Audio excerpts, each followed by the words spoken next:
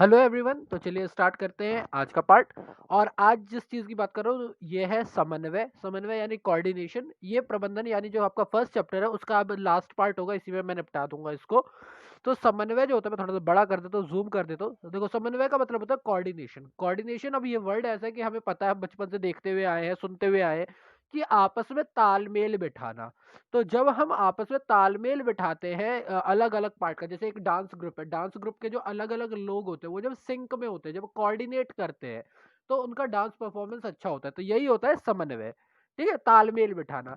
अगर व्यवसाय के संदर्भ में हम बात करते हैं, यानी कि अगर हम लोग बिजनेस को दिमाग में रख करके बात करते हैं, तो हमें पता है कि भैया हमारा जो परचेज का डिपार्टमेंट है, जो सेल्स का डिपार्टमेंट है, जो प्रोडक्शन का डिपार्टमेंट है, जो फाइनेंस का डिपार्टमेंट है, या फिर जो अदर डिपार्टमेंट है, जब इनके बीच में तालमेल अच्छा बना रहेगा तभी एक ऑर्गेनाइजेशन जो है ज्यादा अच्छे से रहेगी।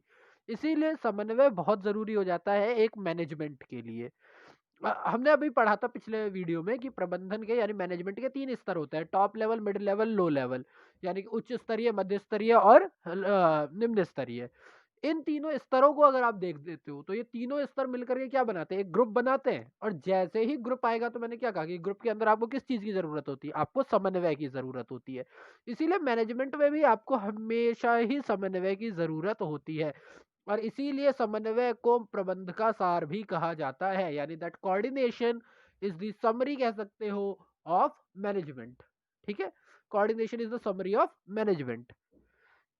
अगर मैं समन्वय की प्रकृति यानी कि नेचर और विशेषताओं की यानी कि खासियत की बात करूं, दैट ठीक है, तो अगर नेचर की बात करता हूँ या इसकी क्वालिटीज की बात करता हूँ, तो जो पहली चीज निकल के आती है वो ये कि समन्वय सामूहिक प्रयासों को एकत्रित रखता है। मैंने आपको पहले ही बताया, यहाँ पर कोऑर्डिनेशन की बात है, टीम वर्क की बात है। तो टीम का मतलब क्या हो गया? समूह हो गया। तो एक कोऑर्डिनेशन जो है वही बताता है कि भैया सब लोग मिल करके किसी एक चीज के लिए काम कर रहे हैं। तो ये क्या करता है? सामूहिक प्रयासों को यानी पूरे ग्रुप एफर्ट्स को इकट्ठा करता है। जैसे हमारी क्रिकेट टीम देख लो, तो बॉलर्स की, फील्डर्स के, विकेट कीपर का, बैट्समैन का, हर एक का क्या होता है? प्रयास होता है। ऐसे ही सेल्स डिपार्टमेंट, प्रोडक्शन डिपार्टमेंट, हर एक का प्रयास होता है और उसको मिल करके हम लोग प्रॉफिट गोल या हमारे जो ऑब्जेक्टिव्स थे, चाहे वो सोशल ऑब्जेक्टिव थे, चाहे इंडिविजुअल ऑब्जेक्टिव थे, चाहे वो ऑर्गेनाइजेशनल ऑब्जेक्टिव थे, उनको हम लोग क्या करते हैं? प्राप्त करते हैं। दूसरा, ये प्रयासों की एकात्मकता को सुनिश्चित करता है, यानी कि ये उसी चीज का एक्सटेंशन है। ये फर्स्ट पॉइंट का ही एक्सटेंशन है कि समन्वय व्यक्तियों के प्रयासों में एकता लाता है। यानी कि ये क्या करता है? सबके जो भी आपका काम है उन सबको एक कर देता है।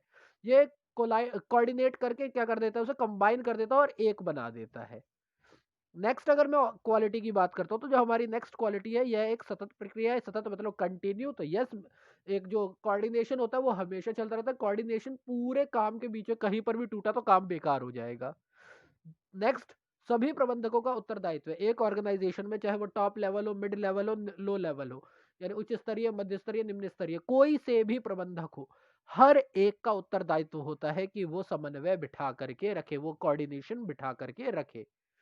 यह एक व्यापक कार्य है। व्यापक कार्य का मतलब कि विभिन्न विभागों की क्रियाएं प्रकृति से एक दूसरे पर निर्भर करती है। यानी कि जो एक डिपार्टमेंट दूसरे डिपार्टमेंट पे क्या होता है? डिपेंडेंट होता है, इंटरडिपेंडेंट काम होते हैं उनके। अब प्रोडक्शन करना है, प्रोडक्शन करने के लिए अगर रॉ मटेरियल वाला बंदा मंगवाएगा ही नहीं, तो प्रोडक्शन कहाँ से कर लोगे? और प्रोडक्शन नहीं होगा तो सेल्स वाला इंसान कहाँ से कर लेगा? अब प्रोडक्शन करने के लिए आपको फाइनेंस चाहिए, फाइनेंस वाला अगर फाइनेंस नहीं लाएगा तो प्रोडक्शन नहीं होगा, प्रोडक्शन नहीं होगा तो सेल्स नहीं होगा।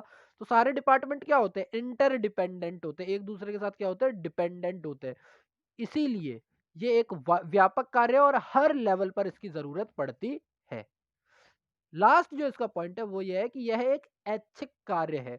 यानी कि ये एक दूसरे के सहयोग से होता है और एक दूसरे की इच्छा से होता है। अगर आप जबकि क्या बोला हुआ है इसमें कि एक संगठन में सदस्य स्वेच्छा से एक दूसरे का सहयोग करता है, जबकि समन्वय प्रबंधकों की ओर से किए जाने वाले प्रयासों को समाहित करता है। अतः यह सोचा समझा कार्य, ऐच्छिक, इच्छा से किया हुआ कार्य है।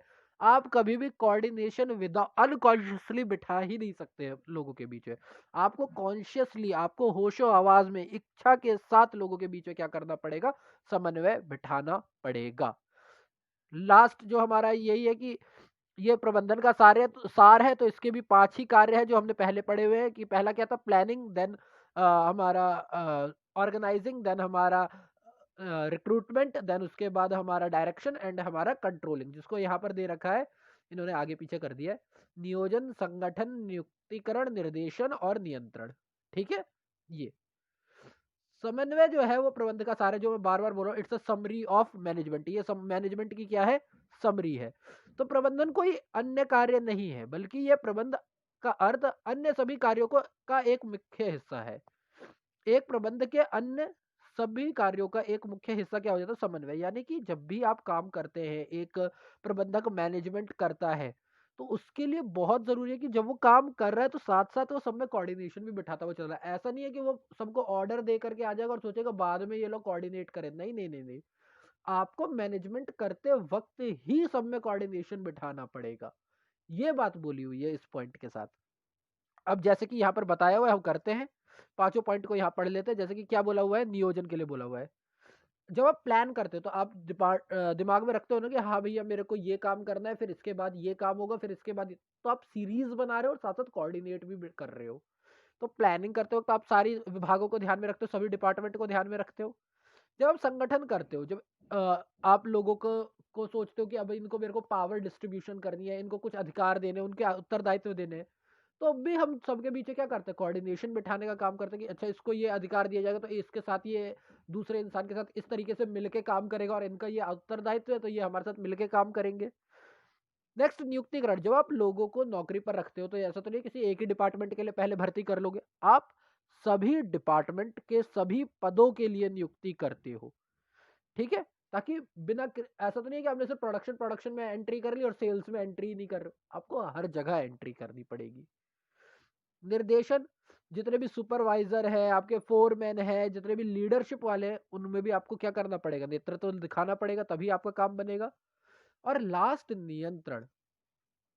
नियंत्रण का मतलब ये है कि अगर हम नियंत्रण की बात करते हैं तो नियंत्रण द्वारा संस्था के उद्देश्य उन्हें प्राप्त करने के लिए उपलब्ध साधनों एवं मानवीय प्रयासों में संतुलन स्थापित किया जाता है। यानी नियंत्रण, जब आप कंट्रोल करते हो तो कंट्रोल करने का भी मतलब यही है आपका, घूम फिर करके लास्ट में भी, कि आप यहाँ पर क्या करते हो, एक कोऑर्डिनेशन बिठाते हो कि भैया सब मिल करके काम करे।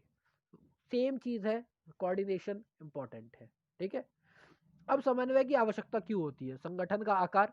जैसे जैसे लोग संगठन बढ़ेगा, यानी आपकी ऑर्गेनाइजेशन बढ़ेगी, लोग उसके साथ लोग जुड़ेंगे, उनकी महत्वाकांक्षा यानी उनकी इच्छा वाले लोग जुड़ेंगे, कुछ होंगे जिनकी अपने खुद की सेल्फ वैल्यू जो होगी वो कंपनी के ऑर्गेनाइजेशन से ज्यादा इंपॉर्टेंट होगी।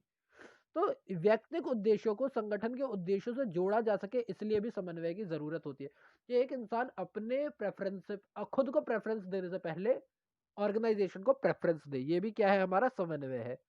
देन कार्यात्मकता विभेदीकरण, यानी कि संस्था के विभिन्न विभाग अपने हितों को साधने को अधिक महत्व दे सकते हैं। यानी कि हो सकता है कि सेल्स वाला ये कहे कि मेरे को तो बस सेल्स बढ़ाना है, मुझे प्रोडक्शन से क्या लेना देना।